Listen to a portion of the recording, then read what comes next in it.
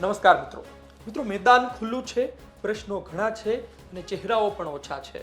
શું આ બધી પરિસ્થિતિ વચ્ચે જૂના ખીરખાઓ ફરી એક વખત મેદાને ઉતરી રહ્યા છે?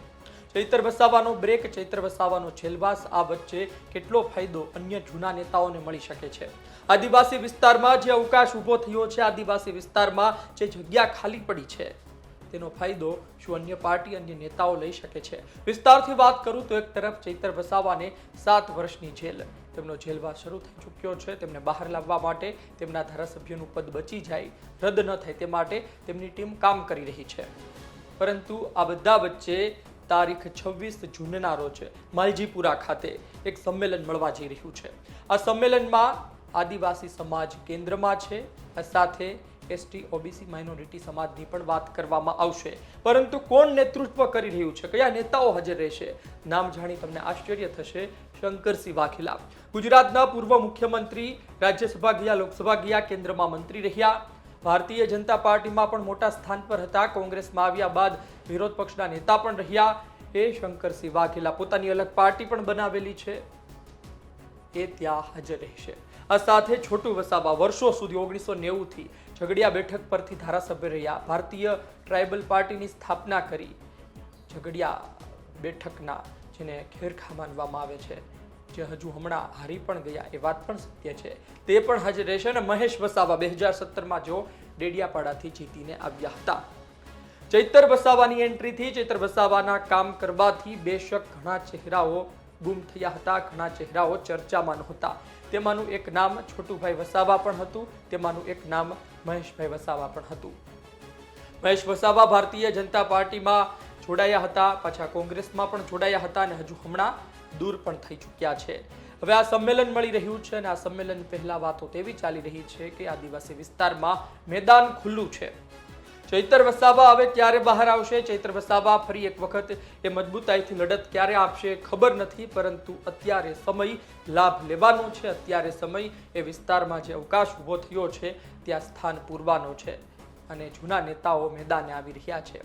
આદિવાસી વિસ્તારમાં જો ખરા અર્થમાં કામ કરવામાં આવે, તેમને ફાયદો અપાવવામાં આવે તો અન્ય નેતાઓ પણ એટલી પોપ્યુલારિટી હાંસલ કરી શકે છે, મોટું સ્થાન હાંસલ કરી શકે છે। પરંતુ તેના માટે કામ કરવું પડે, તેના માટે જળ જંગલ જમીન માટે બોલવું પડે, તેના માટે પેસા એક્ટને લઈને અવાજ ઉઠાવવો પડે, તેના માટે શેડ્યુલ 5 ને લઈ લડાઈ લડવી પડે અને આ બધા મુદ્દા પાછા કેન્દ્રમાં રાખવામાં આવ્યા છે।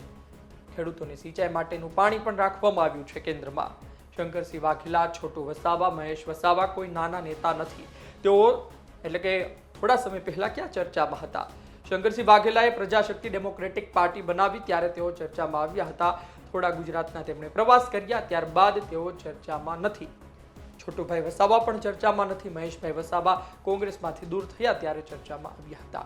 વાત એ છે કે થોડા સમય પછી હવે તેઓ ફરી એક્ટિવ થતા જોવા મળી રહ્યા છે અને આ એક્ટિવ થવું કોઈ સામાન્ય નથી।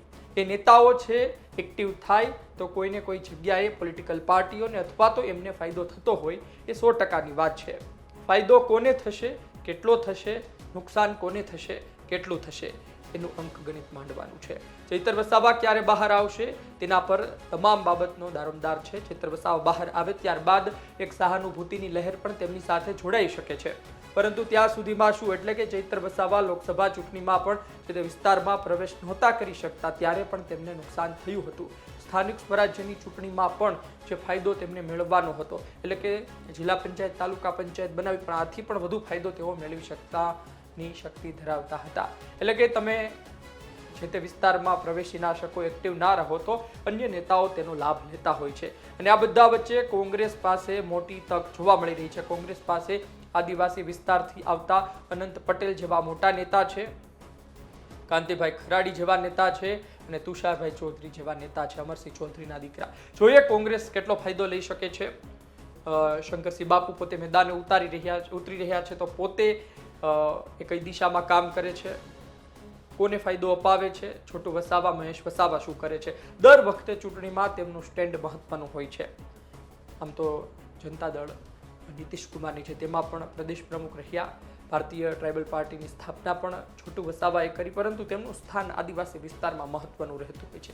2022 પછી કહેવામાં આવતું હતું કે હવે તે દૂર થઈ રહ્યું છે, પરંતુ જોઈએ હવે તેઓ પોતાનું સ્થાન હાંસિલ કરવામાં કેટલા કારગર રહે છે. આપનું શું માનવું છે કે આ ખુલ્લા મેદાનમાં સૌથી વધુ ફાયદો કોણ ઉઠાવી શકે છે?